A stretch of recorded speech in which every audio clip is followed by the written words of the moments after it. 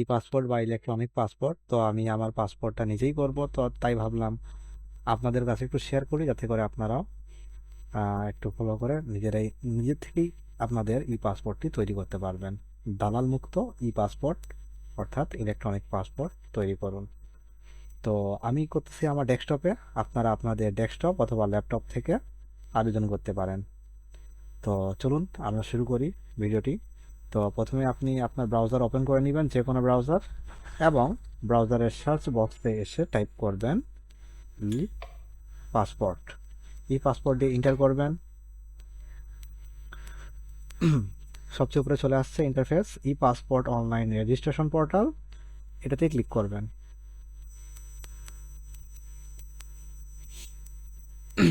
এখান থেকে চলে আসবেন, এখানে আপনারা দেখতে পাবেন অ্যাপ্লাই অনলাইন। অ্যাপ্লাই অনলাইনে ক্লিক করবেন। এখানে বলছে are you applying from Bangladesh. যদি আপনারা বাংলাদেশের ভিতর থেকে অ্যাপ্লাই করছেন তাহলে ইয়েস দিবেন, আর যদি বাংলাদেশের বাইরে থেকে করছেন সেক্ষেত্রে নো দিবেন। তো নো থেকে দেখাচ্ছি আমি, নো দিয়ে আপনারা যখন দেশের বাইরে যদি যারা করবেন তারা এখান থেকে আপনাদের কান্ট্রি সিলেক্ট করে নেবেন। যে দেশে আছেন সেই দেশটা কান্ট্রি সিলেক্ট করে নেবেন, এবং সেই দেশ সিলেক্ট করার পরে ওখানকার যেটা এম্বাসি আছে সেই এম্বাসি দিয়ে কন্টিনিউতে পরবর্তী ধাপে যাবেন। তো আমি যেহেতু বাংলাদেশ থেকে করছি সেহেতু আমি এখানে দিব ইয়েস, এবং সিলেক্ট ডিস্ট্রিক্ট, আমার জেলাটি এখানে আমি সিলেক্ট করে দিব।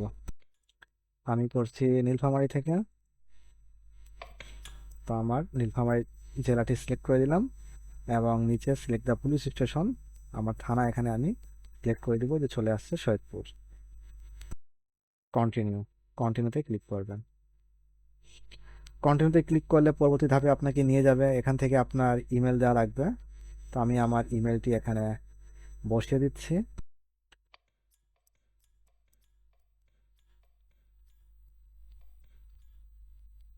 আপনার ইমেলটি এখানে দেওয়ার পর এখানে আই অ্যাম এ হিউম্যান চেকবক্সে ক্লিক করে দিয়ে তারপর কন্টিনিউ। তার পরবর্তী ধাপে চলে আসবে ইন্টার অনলাইন রেজিস্ট্রেশন পোর্টাল, এখানে একটা রেজিস্ট্রেশন পোর্টাল চলে আসবে।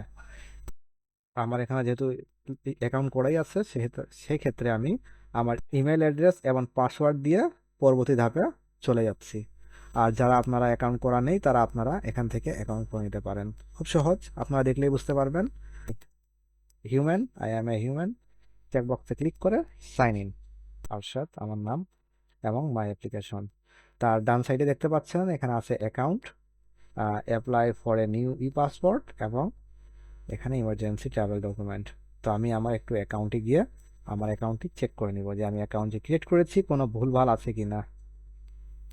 আমার অ্যাকাউন্ট ইজ ওকে। এখন আমি চলে যাব apply for a new E passport. এখান থেকে আমরা এই বটনে ক্লিক করার পর আমরা পাসপোর্টের মূল কার্যক্রমে চলে যাব। তো চলুন, আমরা এখানে চলে এসেছি। তো পর্যায়ক্রমে আপনারা দেখতে পাবেন please fill in all required information step by step in each section. Passport type, passport type, select the passport type for your application, ordinary passport আর অফিসিয়াল পাসপোর্ট। এখানে দুইটা অপশন পাবেন আপনারা। অফিসিয়াল পাসপোর্ট সরকারি যারা কর্মকর্তা কর্মচারী এবং যারা অফিসিয়াল সরকারি কাজের সাথে জড়িত তাদের জন্য হবে অফিসিয়াল পাসপোর্ট, আর যারা সাধারণ তারা সিলেক্ট করবেন অর্ডিনারি পাসপোর্ট। তো আমি এখানে অর্ডিনারি পাসপোর্ট সিলেক্ট করে সেভ অ্যান্ড কন্টিনিউতে ক্লিক করব। Personal information, I apply for myself, এ আমি অ্যাকাউন্টই করেছি এবং এই অ্যাকাউন্ট দিয়ে আমি আমার নিজের পাসপোর্ট করতেছি, সেক্ষেত্রে আমি এখানে ক্লিক করব। এখানে ক্লিক করলে অটোমেটিক এগুলো যেগুলো বক্স আছে অটোমেটিক ফিল আপ হয়ে যাবে। শুধুমাত্র এখানে আমাকে আমার জেন্ডারটি সিলেক্ট করে দিতে হবে। তো আপনারা জেন্ডার সিলেক্ট করে চলে আসবেন নিচে, চেক করে নেবেন সব কিছু ঠিকঠাক আছে কিনা। ওকে, আমার সব কিছু ঠিকঠাক আছে। এখানে সিলেক্ট প্রফেশন, আপনার পেশা কি এটা এখানে আপনাকে সিলেক্ট করতে হবে। আমি যেহেতু স্টুডেন্ট আমি এখান থেকে স্টুডেন্ট সিলেক্ট করলাম। আপনার ধর্ম কি, আপনার ধর্মটা সিলেক্ট করে নেবেন এখান থেকে। অবশ্য বাংলাদেশে জন্ম, আমি বাংলাদেশ সিলেক্ট করলাম এখানে। এবার সিলেক্ট ডিস্ট্রিক্ট অফ বার্থ, এখান থেকে আমি নীলফামারী দিলাম, নীলফামারী। এখন হবে আপনার সিলেক্ট ডেট অফ বার্থ, তারপর এখান থেকে save and continue. Address panel, select district, city village অথবা হাউস, রোড ব্লক অথবা সেক্টর, এটা অপশনাল, দিতে পারেন না দিতে পারেন। তারপর আপনার এখান থেকে আপনার পোস্ট অফিস সিলেক্ট করবেন। Postal code 5310। আপনার পুলিশ স্টেশনটি সিলেক্ট করে নেবেন। আমারটি হলো সৈয়দপুর, আমি সৈয়দপুর দিয়ে দিলাম। নিচে চলে আসবেন, এখন হলো প্রেজেন্ট অ্যাড্রেস। আমার দুটি যেহেতু এখানে চেক বক্সে ক্লিক করে দিলাম। যেহেতু আমি বাংলাদেশে অভ্যন্তরীণ অর্ডিনারি পাসপোর্টে ক্লিক করে প্রসেসটি করেছিলাম, সেহেতু আমার এটি অটোমেটিক এখানে সিলেক্ট হয়ে আছে। ট্রেনেতে ক্লিক করব। আইডি ডকুমেন্ট, আমি আমার স্মার্ট এনআইডি কার্ডের ইনফরমেশনটি এখানে প্রোভাইড করব।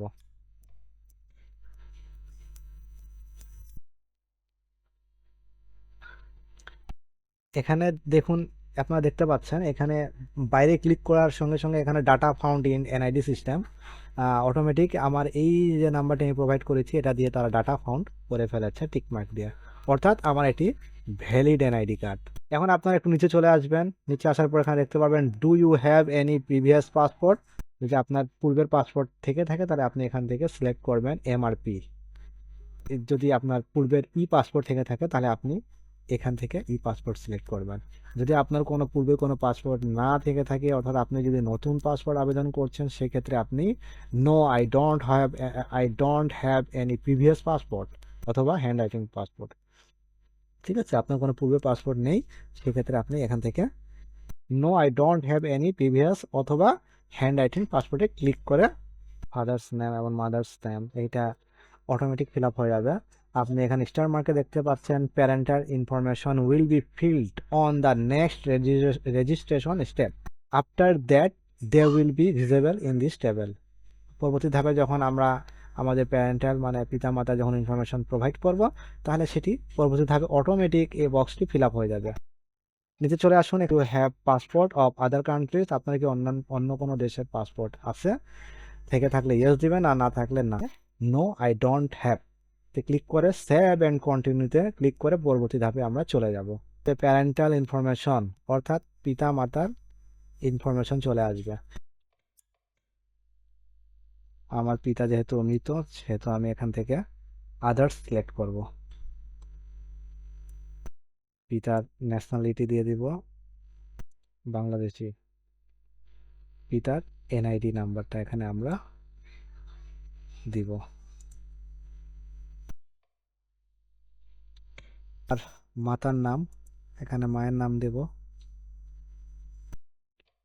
মাদার্স প্রফেশন হবে আমার হাউসওয়াইফ। ন্যাশনালিটি বাংলাদেশি। মায়ের এনআইডি নাম্বার এখানে দেব। এখন আমি এখান থেকে সেভ অ্যান্ড কন্টিনিউ দিয়ে পরবর্তী পেজে চলে যাব। পরবর্তী পেজে এসে আসার পর এখানে আপনার বৈবাহিক অবস্থা জানতে চাওয়া হবে। বৈবাহিক অবস্থা, যেহেতু সিলেক্ট ম্যারিটাল স্ট্যাটাস, আমি এখনো অবিবাহিত, সিঙ্গেল। আপনারা যদি বিবাহিত হন তারা বিবাহিত দিবেন, আর যারা বিভিন্ন ডিভোর্স বা অন্যান্য কারণ হলে সে কারণগুলো আপনারা এখান থেকে সিলেক্ট করতে পারেন। তো আমি সিঙ্গেল দিলাম। এবং ইমার্জেন্সি কন্ট্যাক্টে আপনি আপনার গার্জিয়ানের নাম্বার দিবেন। আমি আমার বড় ভাইয়ের নাম্বারটা দিচ্ছি এখান থেকে। তো ভাই হিসেবে আমি এখানে ব্রাদার সিলেক্ট করব। ব্রাদার এবং তার কন্ট্যাক্ট পরবর্তী পেজে চলে যাব। পরবর্তী পেজে আসার পর আপনারা এখানে পাসপোর্ট অপশন পেয়ে যান।